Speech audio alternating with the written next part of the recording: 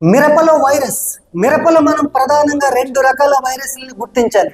ఒకటి త్రిప్స్ లేదా తామర పురుగు ద్వారా వ్యాపించేది, 2 తెల్ల దోమ ద్వారా వ్యాపించేది.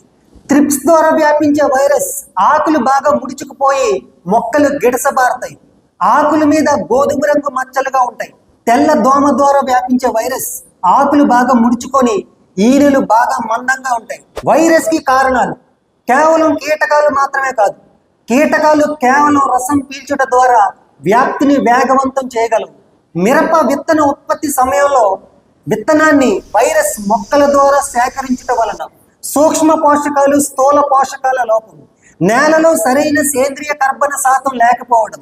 నివారణ మార్గాలు: వైరస్ నియంత్రణలో మొదటి జాగ్రత్త నేలలో సరిపోయినంత సేంద్రియ ఎరువు వాడాలి. సూక్ష్మ మరియు స్థూల పోషక పదార్థాలు సరిగ్గా వాడాలి.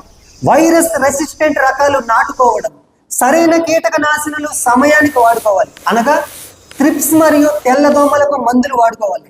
రోగ నిరోధక శక్తి పెంచే సీవిడ్ ఎక్స్ట్రాక్ట్ మరియు అమైనో ఆమ్లాలను వాడుకోవాలి. ప్రధానంగా రైతులు తెలుసుకోవాల్సింది ఏంటంటే, కీటకనాశినులు కేవలం కీటకాలను మాత్రమే చంపుతాయి, వైరస్ని కాదు.